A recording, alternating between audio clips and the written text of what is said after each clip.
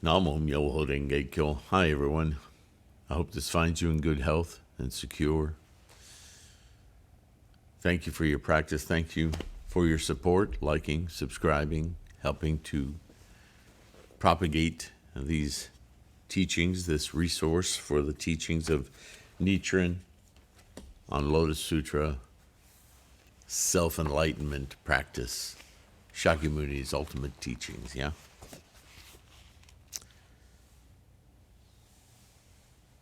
Speaking of our practice, and that's what we're always doing, but Nichiren in Opening of the Eyes is really delving into the nature of what Gohonzon is as he's describing not only the ideas, the mental aspects that Shakyamuni and the Bodhisattvas before Nichiren explored and defined, but also, and this is why Nichiren's so important to you and I, Nichiren's own personal journey into Buddhism and accomplishing the very teachings of Buddhism, especially or with specificity, if I can spit that out, to the teachings of the Lotus, the Myoho Renge Kyo, yeah? And so, as we progress in this treatise, we're now going to turn on to confidence and compassion. How do we practice? Because there's the phase of, or the aspect of, sitting down and doing it, invoking Buddha-ness. Then there's the aspect of how do I know that? How do I experience that? Right? What is that? Right? Gohonzon. And then with this insight and this constantly building insight, what do I do with it? At some point, self-satisfying loses its draw. Does that make sense? I mean, many of us start Buddhism because we see a lot of our life as problematic, unsatisfactory, if you will. So how in the hell do I live a life that feels satisfied? And as we begin to practice Buddhism, and as we consciously and unconsciously experience our life condition rising, changing, morphing, sometimes it surprises us, sometimes it feels like nothing's happening.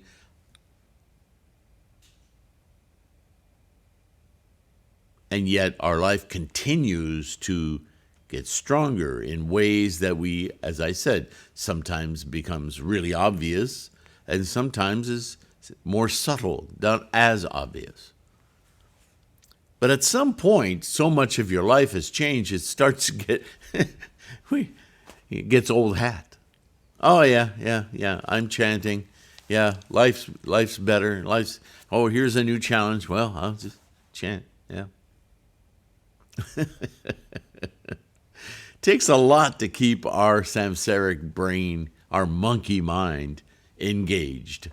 It's amazing, isn't it? But this is where Shakyamuni comes in and he says, yeah, that's because you haven't achieved full enlightenment yet. You're just getting to know it. There's more. What do you mean there's more? I'm doing fine. I don't need any more challenges, right? Oh, but wait. Don't you still feel that little corners of emptiness inside? Like, there's got to be more, right? Yeah, there is. You've forgotten that you and your environment are not separate things. that the other sentient minds in the world around you, in your house, in your neighborhood, in your workplace, in your community, in your country, in your worlds, they're all you as well. And you haven't satiated that yet. You haven't reached out and incorporated that yet. You're still here. Oh. Once you start to really think about your environment and how immense it is compared to your little me. Sometimes that's overwhelming, scary. Sometimes it's, oh my goodness, how can I possibly assist all of that? How can I influence all of that? It's all the work I can do to just influence me. Yeah, understood. But if you really want to elevate your experience of life, you can't separate it from your environment. Lesson 101. Yeah? Oh, yeah.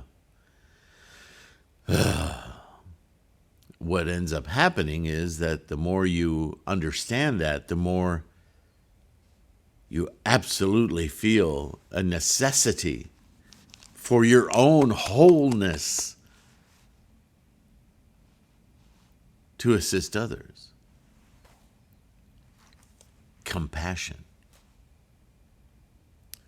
Oh, that word again. Yeah, compassion.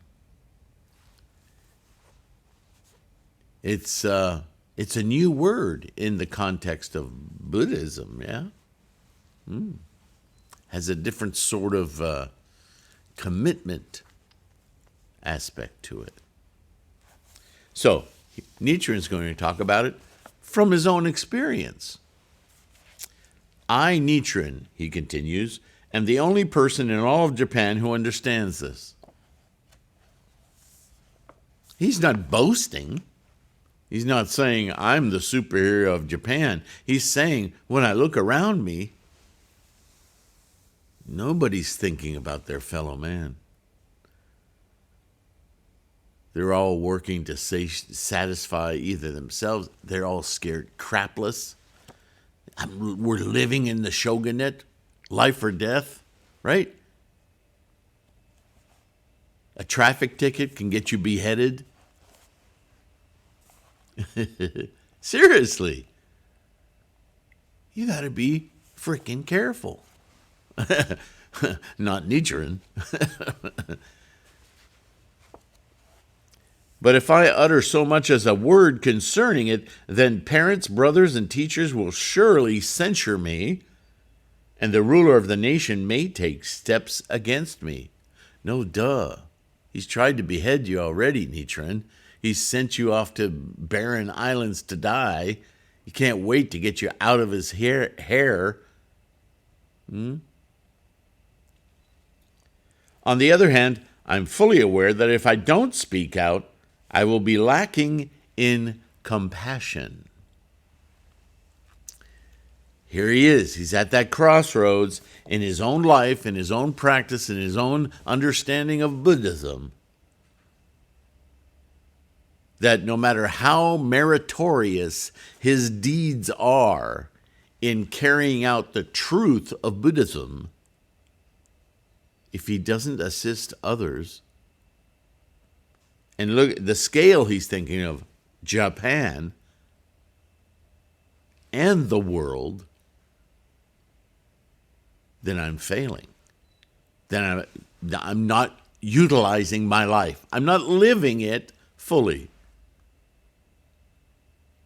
See, compassion is an odd thing. It's a deep concern for the world around you. But what is the world around you? It is you. It is your life experience. So if your life experience is something you only concern yourself with here, then eat yourself to death, right? Have all the ice cream you want.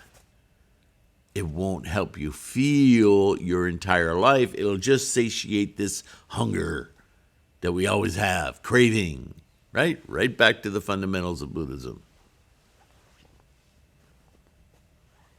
We all want to do well, but in Buddhism we understand that doing well, wonderful, has an imposed limit from our samsaric idea of self. That once we break free of that idea of self, you ever helped another person?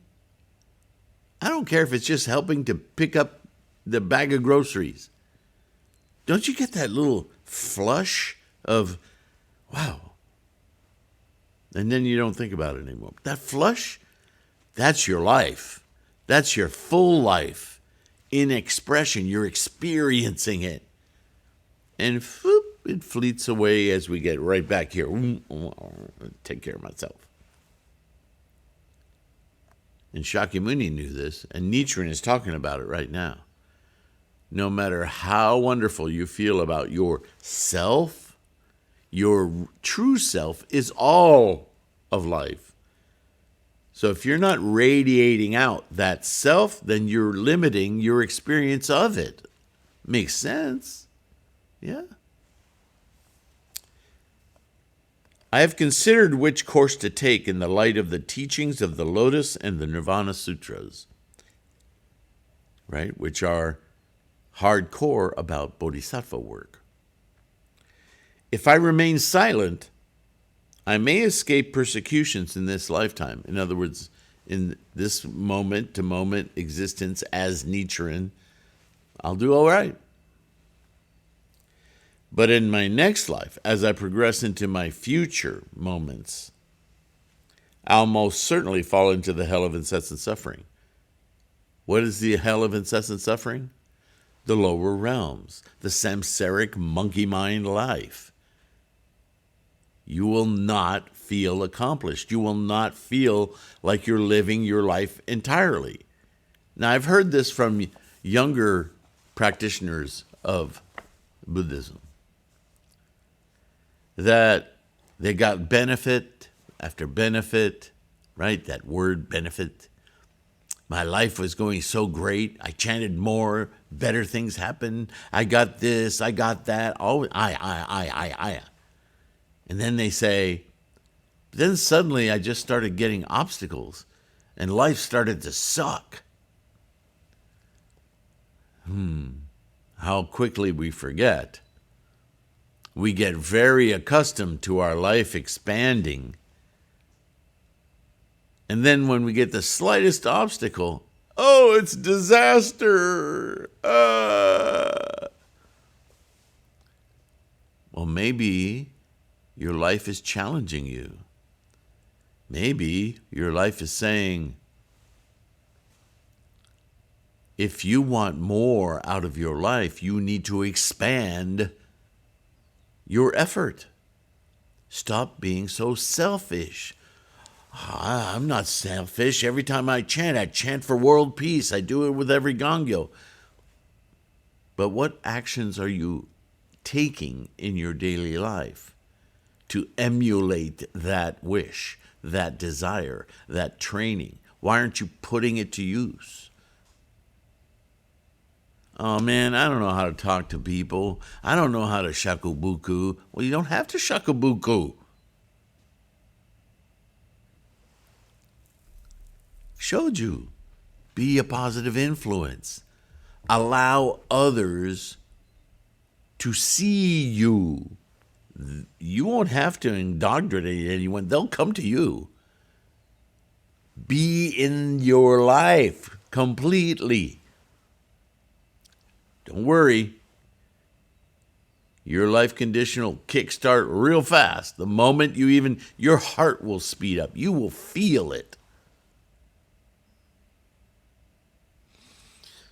Relax. All you got to do is be that which you are accomplishing. Stop being stingy.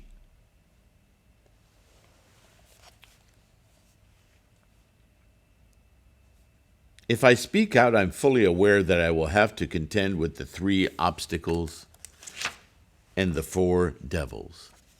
Nichiren is telling you, I know, if I start expanding my experience of Buddhism to assist others, to demonstrate to others, to be an influence, I'm inviting that selfish monkey mind karma to come up and go, ah.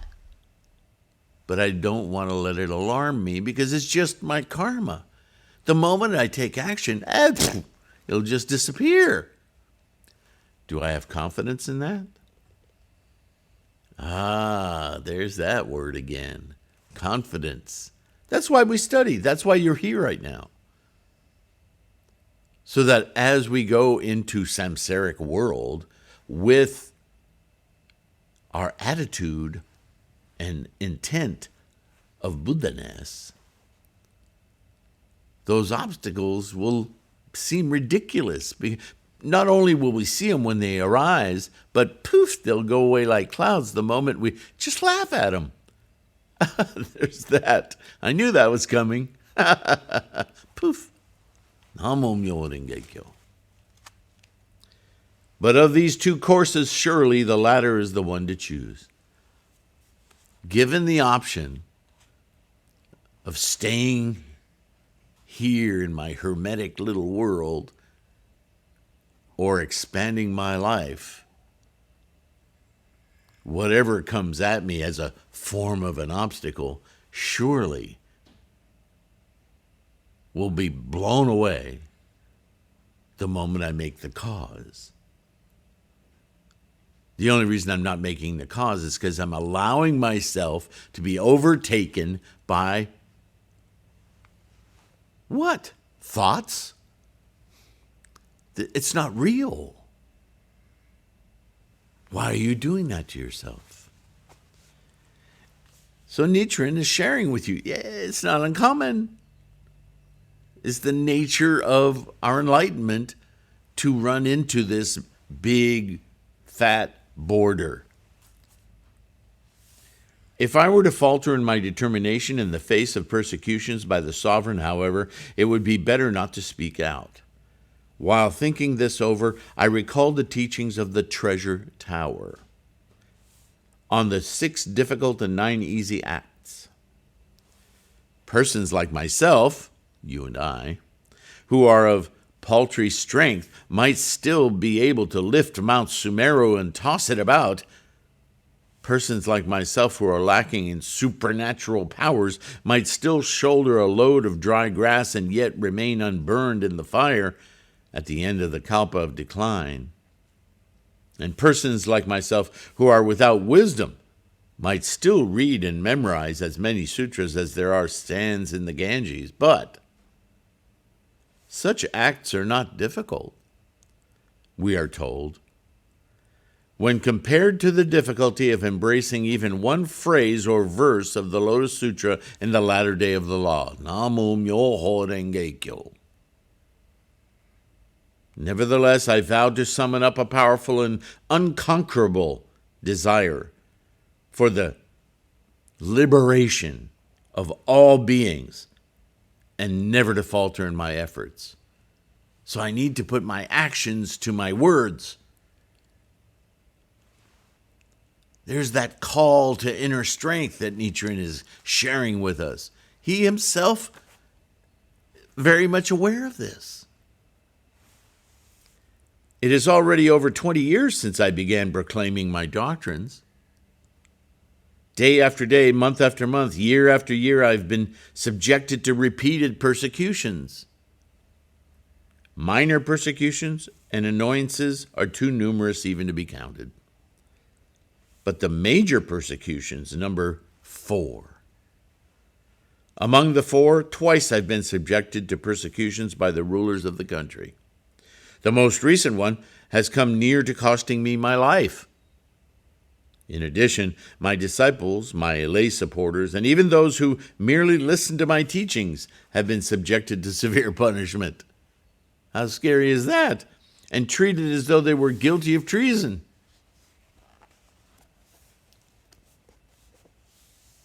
In the 4th volume of the Lotus Sutra, we read, quote, "Since hatred and jealousy toward this sutra abound, even when the dust-come one is in the world, how much more will this be so after his passing?" The 2nd volume of the Lotus Sutra states, "If this person should slander a sutra such as this, or on seeing those who read, recite, copy, and uphold this sutra, should despise, hate, envy, or bear grudges against them," end quote, right? So on and so forth. Yeah, that mandala is a copy.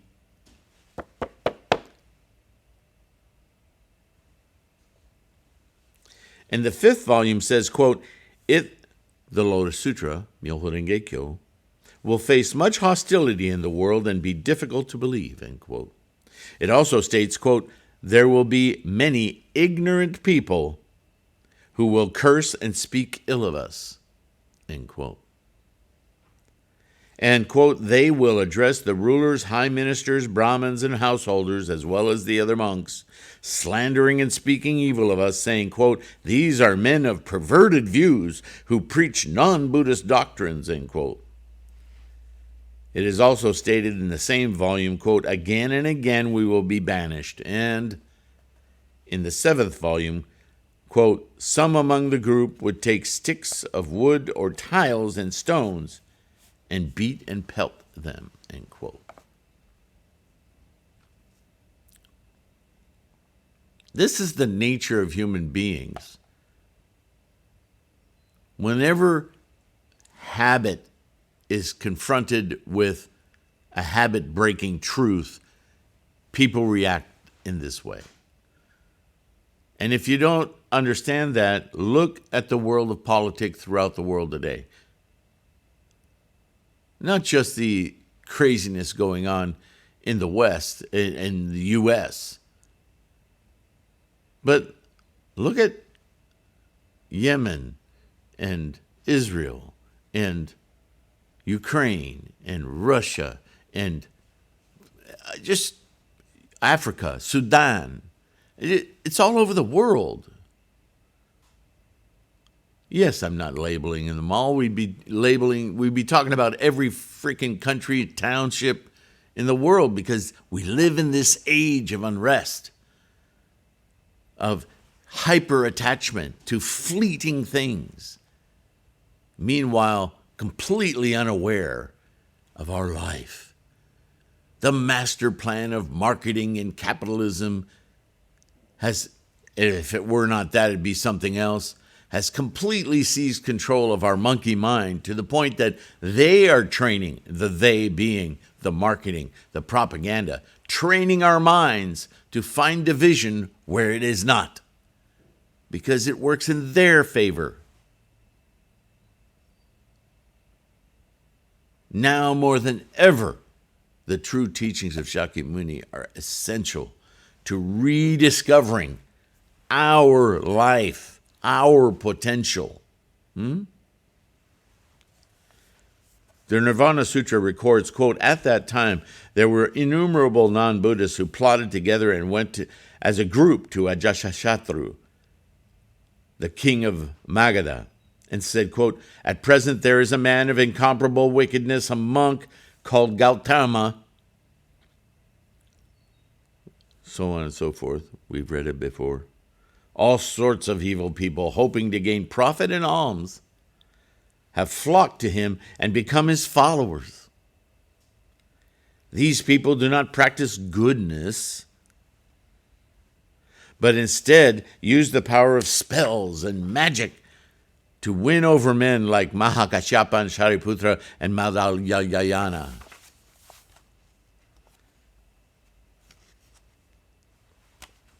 Right? People will conspire against you just because they're weak. They want to gain favor with those they perceive in power. Tendai says, quote, "It will be much worse in the future because the disciples of the Myoho Renge Kyo are so hard to teach," end quote. Mialo says, quote, "Hatred refers to those who have not yet freed themselves from impediments and jealousy to those who take no delight in listening to the doctrine. No, I don't want to know. Don't tell me. I don't want to know how to be a whole being, how to reach my full potential. Don't tell me. Wow. How hard is it to reach those people? Only by example, only by kindness, only by steadfastness. That is shoju. They'll come around eventually. The teachers of the 3 schools of the South and the 7 schools of the North in China, as well as the countless other scholars of China, all regarded Tendai with resentment and animosity. Thus Tokuitsu said, "See here, Chi-yi, whose disciple are you? With a tongue less than 3 inches long, you slander the teachings that come from the Buddha's long, broad tongue that can cover even his face." And yet Chi-yi, Tendai, was the one who was offering up the truth of Shakyamuni, but these others, so emboldened by political power, were accusing him of the very thing they were doing. Isn't that often, if not always, the case?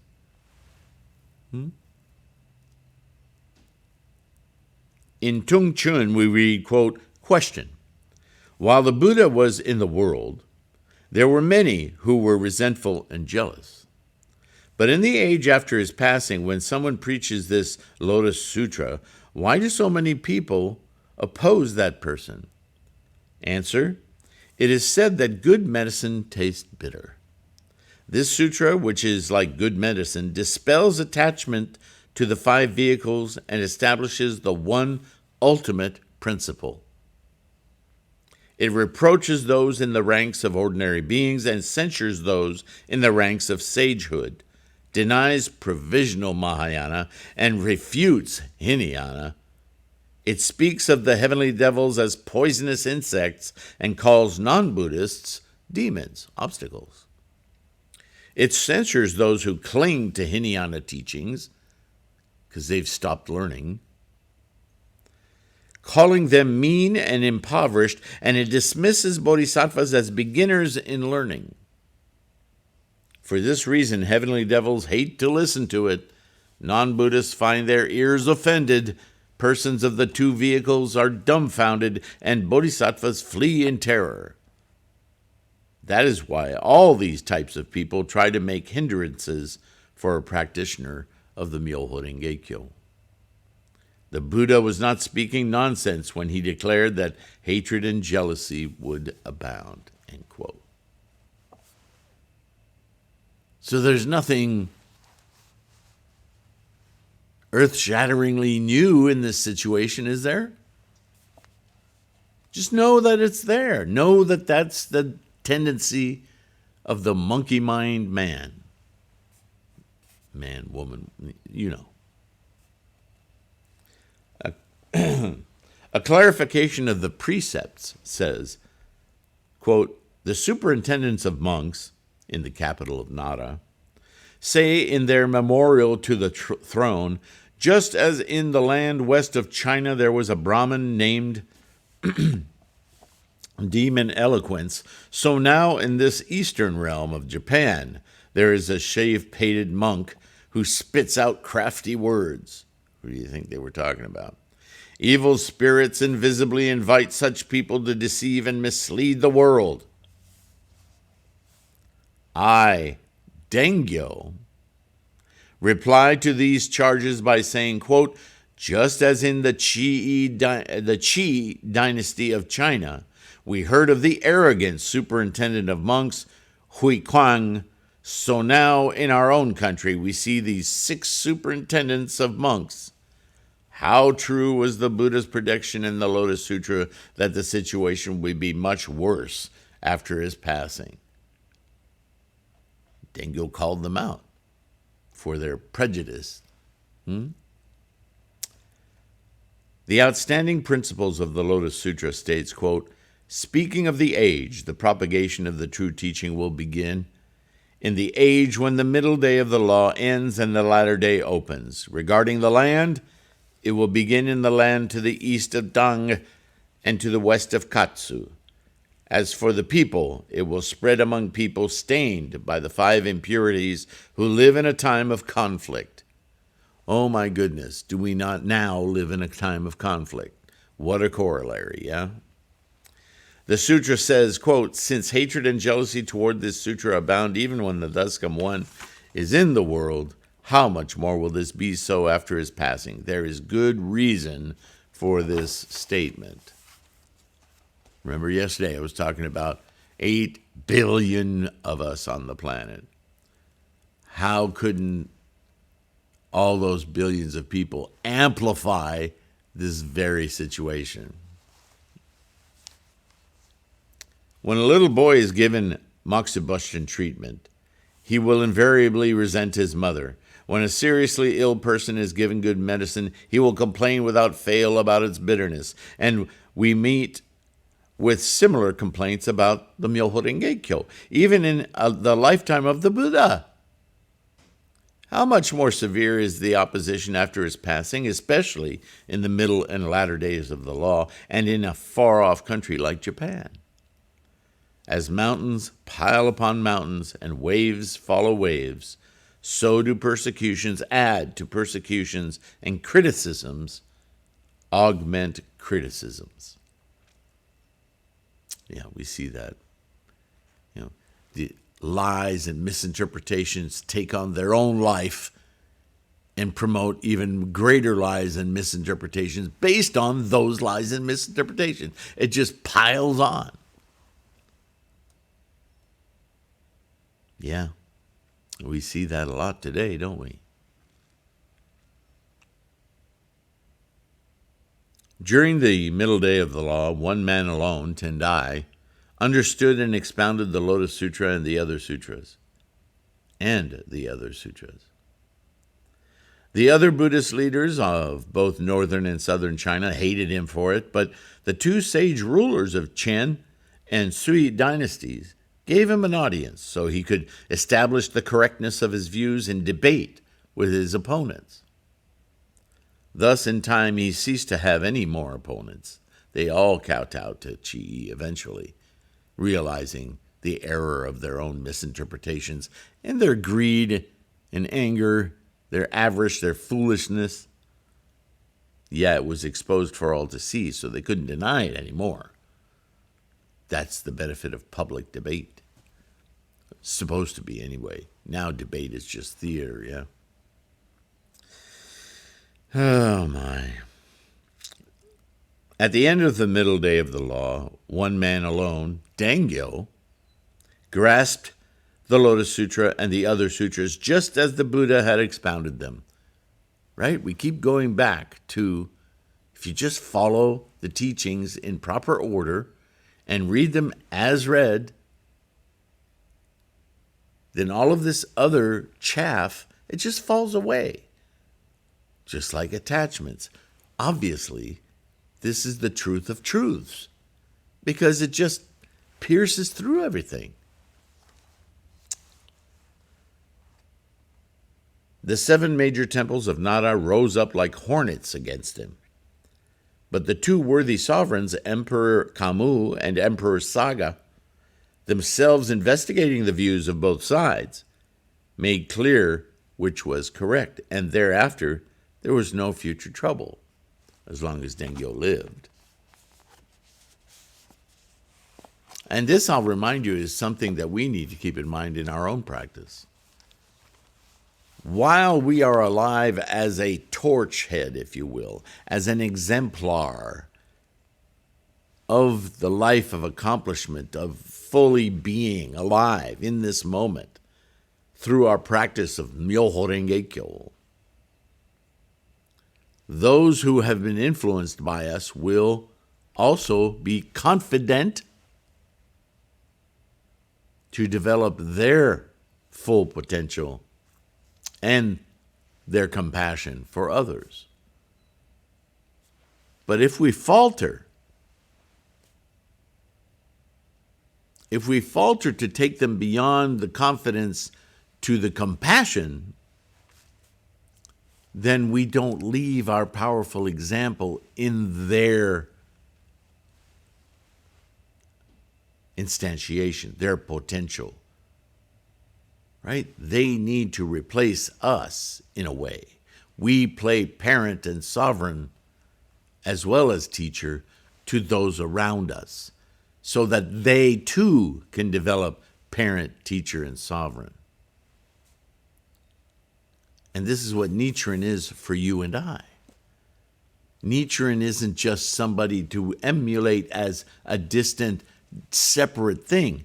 Emulating Nichiren is to incorporate Nichiren into our very lives, and we do likewise to those who come to us for confidence and inspiration. Because otherwise, as the story repeatedly says, when I am extinct, when you are extinct, when our life ends in the physical realm, people do what? What is the constant thing that we hear all the time? Follow the law, not the person. Well, that's what this is about. A lot of people will glom on to the teachings of Buddhism while harboring a romance, an affinity for the person teaching it, rather than getting, and this is why I say the compassion has to develop within each of us who practices Namo Myo Renge Kyo.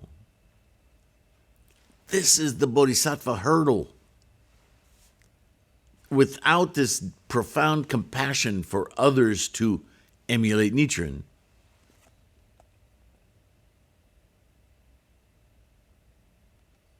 then we're just playing at Buddhism. Our lives will get better, but it'll be limited, it'll be capped. Don't let that happen. When it comes to understanding the Lotus Sutra, I have only a minute fraction of the vast ability that Tendai and Dengyo possessed. This is Nichiren talking. He doesn't equate himself with any of the great teachers before him. He's saying he knows enough to appreciate these great teachers before him. But as regards my ability to endure persecution and the wealth of my compassion for others, I have confidence they would hold me in awe.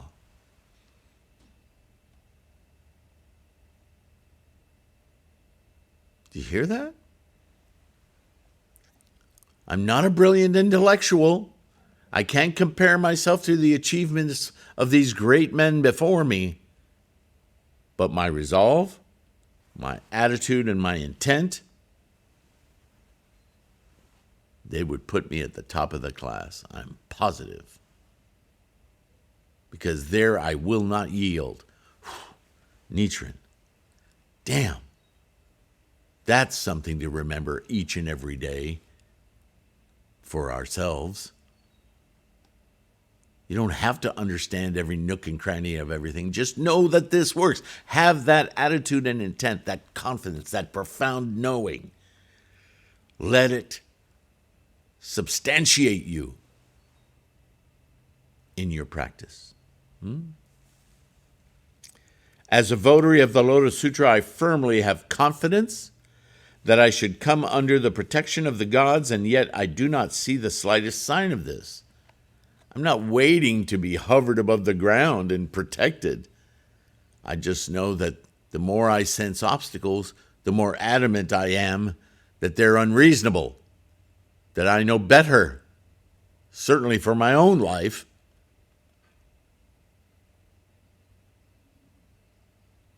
And therefore the protections of the universe should simply be there, because I know what I'm saying with absolute confidence and resolve.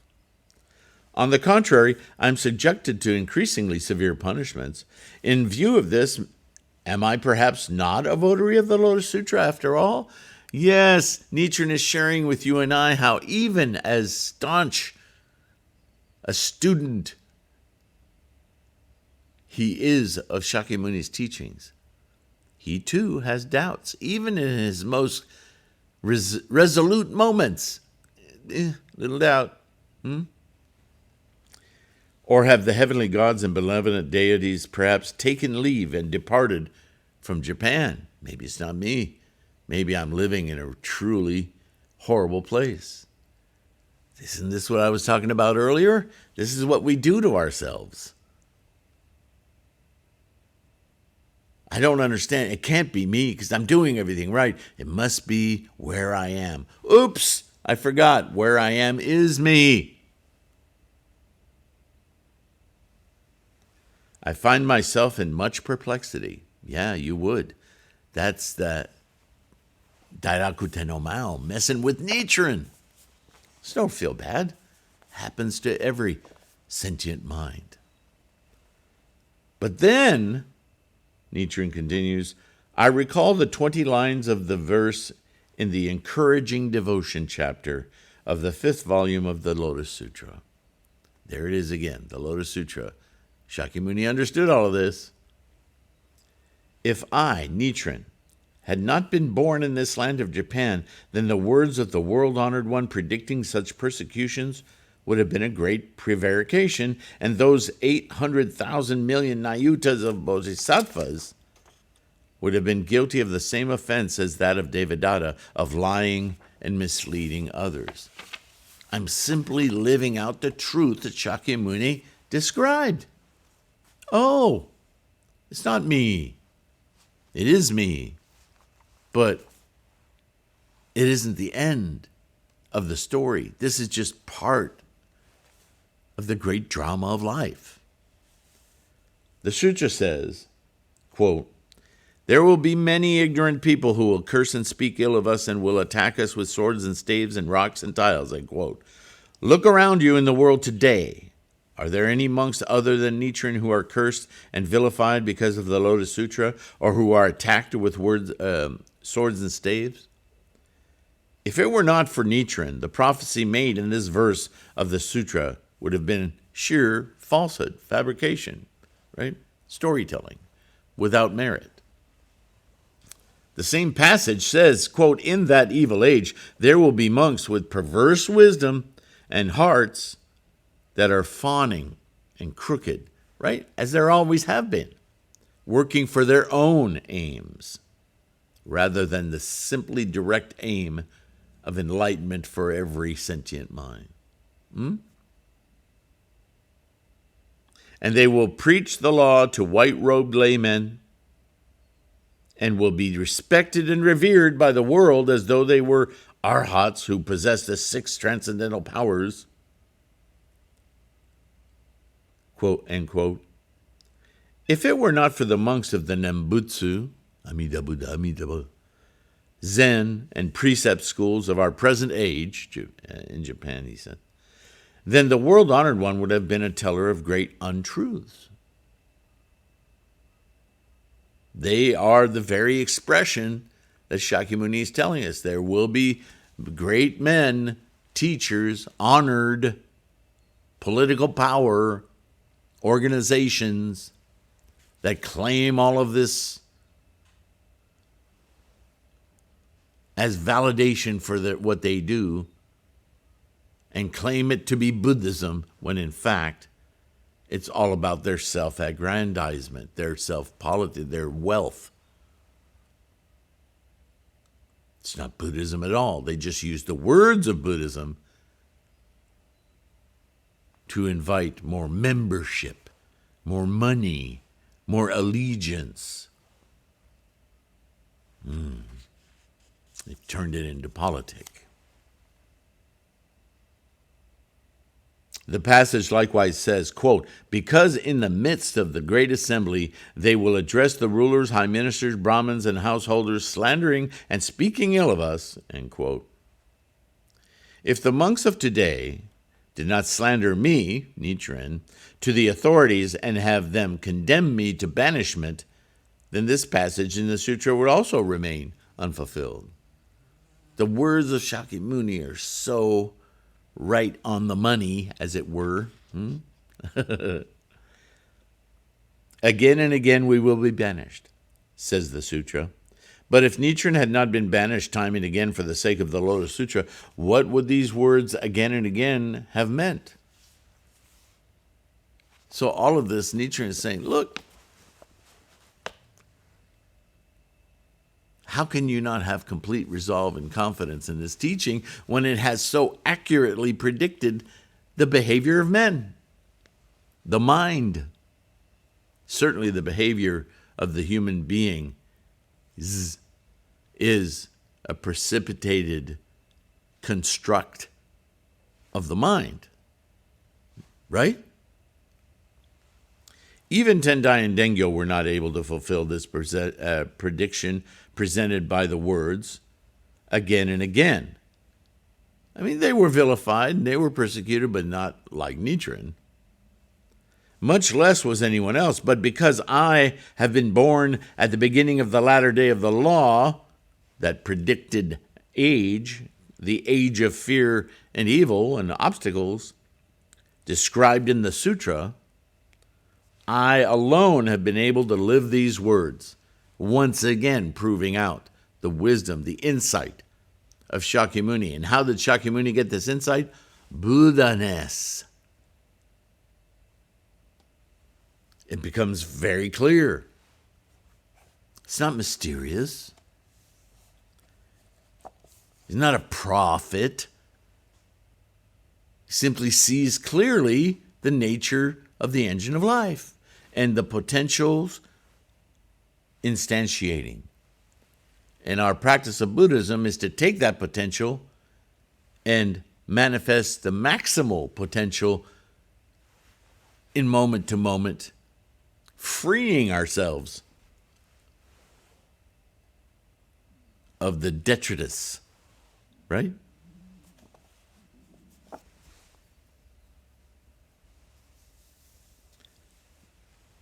As other examples of prophecies that were fulfilled in the Buddha's successor's sutra, it is recorded that the world-honored one said that 100 years after his passing, a ruler named Ashoka Ashoka the Great would appear. In the Maya Sutra, he said that 600 years after his passing, a man named Bodhisattva Nagarjuna would appear in the southern India. And in the Great Compassion Sutra, he said that 60 years after his passing, a man named Madhyantika would establish his base in the Dragon Palace. All of these prophecies, you'd have to call them prophecies only from the standpoint that he saw clearly what was going to happen, and he just told people. There wasn't a magical incantation of a possible future. No, he said, this is the way life works. This is going to come about. Indeed, if they had not, who would have confidence in Shakyamuni's teachings? Buddha's teachings, the enlightenment of Buddha-ness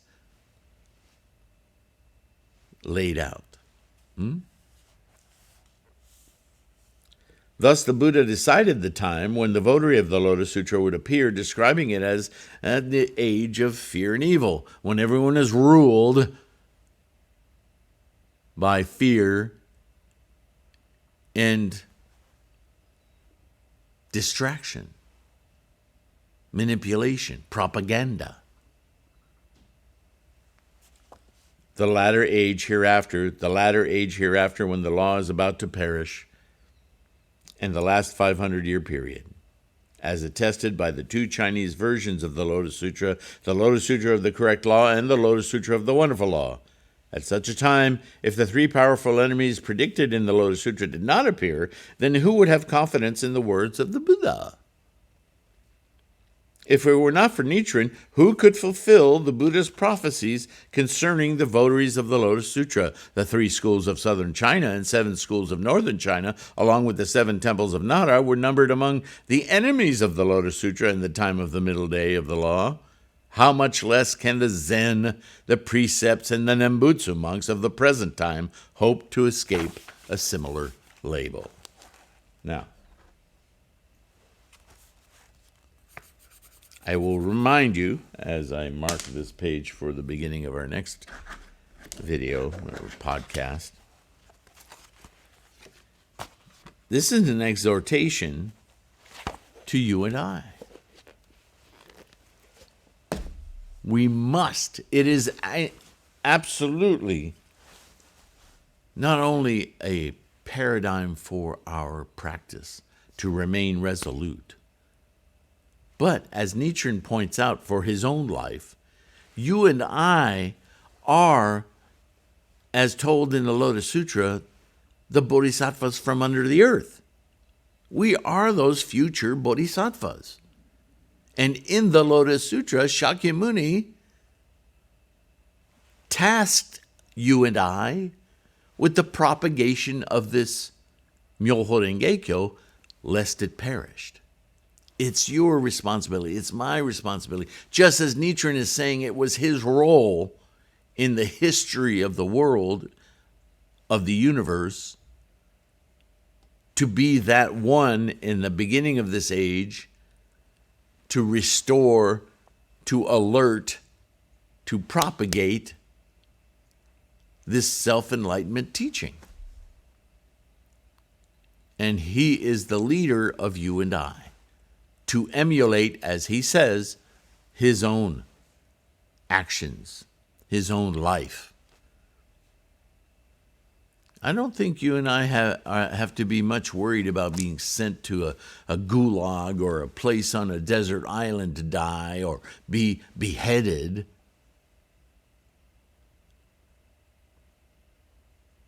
We may be overly dramatic about some of the persecutions and obstacles we face in life, but nothing compares, right, to what Nichiren went through.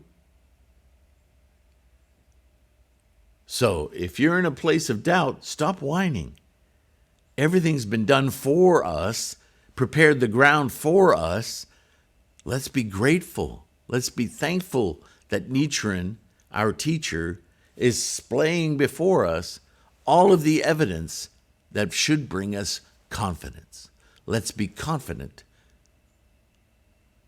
as we use his ultimate tool here, the synthesis of his enlightenment, to guide us in our own enlightenment, right? Namo Myoho Renge-kyo. Thank you. Thank you for doing so. Thank you for continuing, learning, increasing your confidence, and developing your compassion. Namo Myoho Renge-kyo. Thank you for listening. I feel like continuing, but my throat is dying out on me as I speak.